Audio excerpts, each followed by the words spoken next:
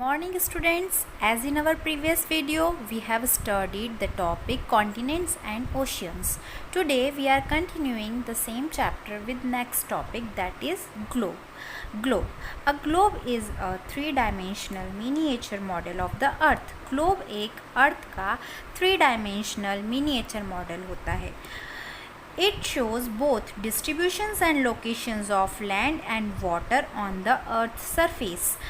ये शो करता है, ग्लोब शो करता है अर्थ सरफेस पे जितना भी लैंड एरिया है, जितना भी वाटर बॉडीज़ है, वाटरी एरिया है, उसका डिस्ट्रीब्यूशन कैसे है, कहाँ पर है, ये हमें ग्लोब शो करता है. A globe represents the earth in a simple and accurate way. और इसी वजह से जो ग्लोब है वो रिप्रेजेंट करता है अर्थ को एक सिंपल और एक्यूरेट वे में. Like Earth, we can see only one half of the globe at a time. अर्थ की तरह हम ग्लोब का भी सिर्फ आधा पार्ट देख पाते हैं. A globe is not fixed. Globe fix नहीं होता. इट कैन बी रोटेट और turn just like the earth spins on its axis.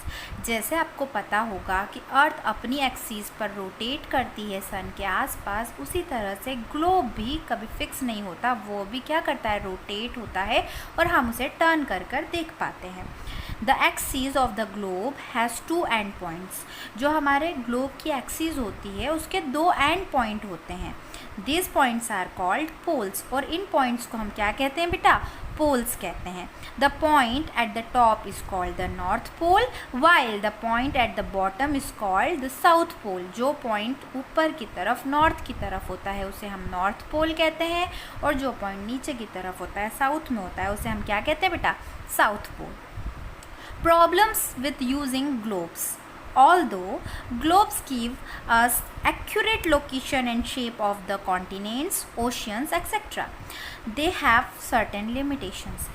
हम जानते हैं कि ग्लोब हमें कई तरह से एक्यूरेट लोकेशन, शेप्स कॉन्टिनेंट्स का बता देता है, ओशियंस का, लैंड फॉर्म्स का, सबका बता देता है, बट फिर भी ग्लोब को यूज़ करते वक्त हमें कुछ लिमिटेशंस का ध्यान रखना होता है. तो आइए जानते हैं वो क्या लिमिटेशंस हैं. They do not allow us to see the entire earth at a single glance. ये हमें अलाउ नहीं करता, ग्लोब हमें अलाउ नहीं करता कि हम पूरे अर्थ को एक बार में देख पाएंगे.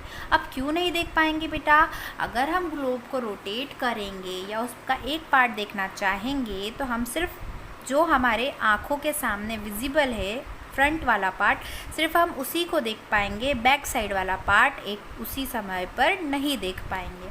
Okay. Now, second point, they do not show places and landforms in great detail. अब क्योंकि ग्लोब ऑलरेडी अर्थ का मॉडल होता है, जैसे हमको पता है globe is a model of earth, तो वो बहुत ज़्यादा उसमें डिटेल में किसी भी एक सिटी के बारे में, कॉलोनी के बारे में या किसी लैंडफॉर्म के बारे में बहुत ज़्यादा डिटेल में नहीं पता कर पाएंगे हम. क्यों? क्योंकि उसमें नहीं शो कर पाते हम. They are difficult to carry around. अब थर्ड पॉइंट ये होता है कि वो डिफ़िकल्ट होता है कैरी करना. क्यों डिफ़िकल्ट होता है, हम उसे अपने साथ क्या स्कूल लेकर आ पाएंगे रोज़? नो, हम उसे स्कूल नहीं लेकर आ सकते क्योंकि हमारे पास ऑलरेडी हमारे बैकपैक्स होते हैं. अब आप सोचिए, क्या आप उसे रेगुलरली हाथ में लेकर आ पाएंगे? No. Parallels of latitude. On looking at the globe carefully, do you see a set of circular lines running across it. जब आपने ग्लोब को देखा तो क्या कभी आपने नोटिस किया है कि उसमें कुछ गोल गोल सी लाइन जो है, सर्कुलर लाइन उसके आसपास बनी हुई रहती है?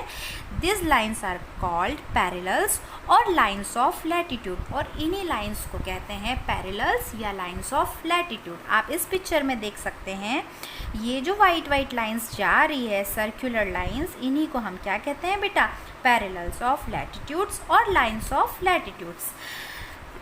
These imaginary lines that runs from east to west, the latitudes that divide the earth into two equal halves is called the equator.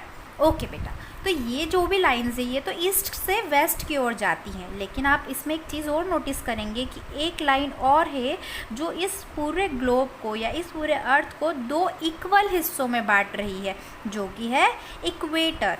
Okay. It is the longest parallel. और ये जो equator है बेटा, ये सबसे बड़ा पैरेलल है, parallel of latitude, ये सबसे बड़ी होती है। The part of the earth which lies to the north of the equator is called northern hemisphere and the one lying to the south is called the southern hemisphere. और जो part अर्थ का north part में लाई करता है, north part में आता है, उसे हम नॉर्दर्न हेमिस्फीयर कहते हैं। और जो पार्ट अर्थ के साउथ पार्ट में आता है उसे हम क्या कहते हैं बेटा, southern hemisphere.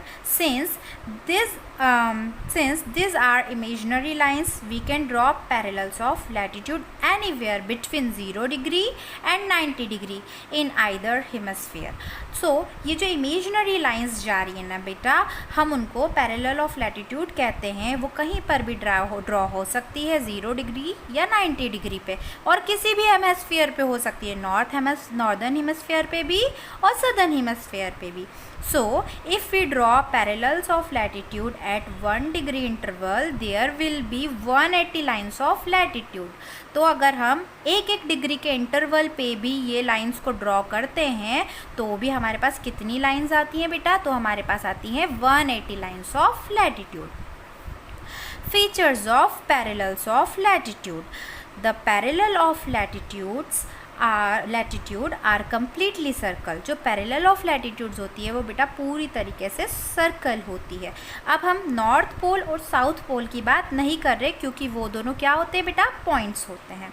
The length of the parallel decreases as you move away from the equator towards the pole.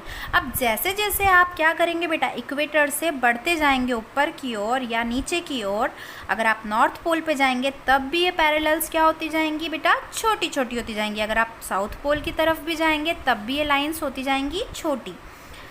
Parallels are located at an equal distance from each other, they do not touch or cut one another।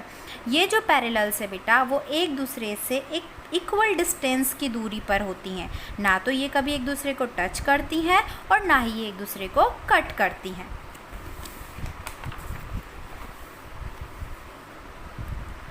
Equator is marked as 0 degree latitude. Latitudes to the north of equator are marked as N and the ones to the south are marked as S। तो equator हमेशा 0 degree latitudes पे होता है, okay बेटा। और जो latitude north की तरफ, नॉर्थ ऑफ इक्वेटर जाती हैं उनको हम N लिखते हैं, और जो लैटिट्यूड साउथ की तरफ आती है उसे हम कैसे मार्क करते हैं, S की तरह। The north pole and the south pole are marked as 90 degree north and 90 degree south respectively. जैसे कि आप इस पिक्चर में देख पा रहे हैं, इसको हमने क्या शो कर रखा है, इस लैटिट्यूड को इसको हमने 90 डिग्री नॉर्थ शो कर रखा है और इसे हमने 90 डिग्री साउथ शो कर रखा है। और बाकी सारी लैटिट्यूड्स 0 से लेके 90 डिग्री तक ऊपर की ओर या नीचे की ओर कहीं पर भी हो जाती है, मार्क की जाती हैं। Some important parallels of latitudes are. अब कुछ इम्पॉर्टेंट पैरेलल्स ऑफ लैटिट्यूड्स होती हैं, वो कौन कौन सी होती तो बहुत सारी हैं, पर उनमें से कुछ इम्पॉर्टेंट की बात करते हैं। तो वो है ट्रॉपिक ऑफ कैंसर, जो कि 23.5 डिग्री नॉर्थ पे लोकेट है। आप ये देख सकते हैं ट्रॉपिक ऑफ कैंसर, ओके, जो कि 23.5 डिग्री नॉर्थ पे है। ट्रॉपिक ऑफ कैप्रिकॉर्न जो कि 23.5 डिग्री साउथ पे है, ये आप देख सकते हैं। फिर उसके बाद आर्कटिक सर्कल जो कि 66.5 डिग्री साउथ पे है। तो ये आर्कटिक जो है 66.5 डिग्री नॉर्थ पे है, और अंटार्कटिक जो है वो 66.5 डिग्री साउथ साइड में है। So students, thank you very much. We will continue our next topic in our next video. Till then, thank you so much. Have a nice day.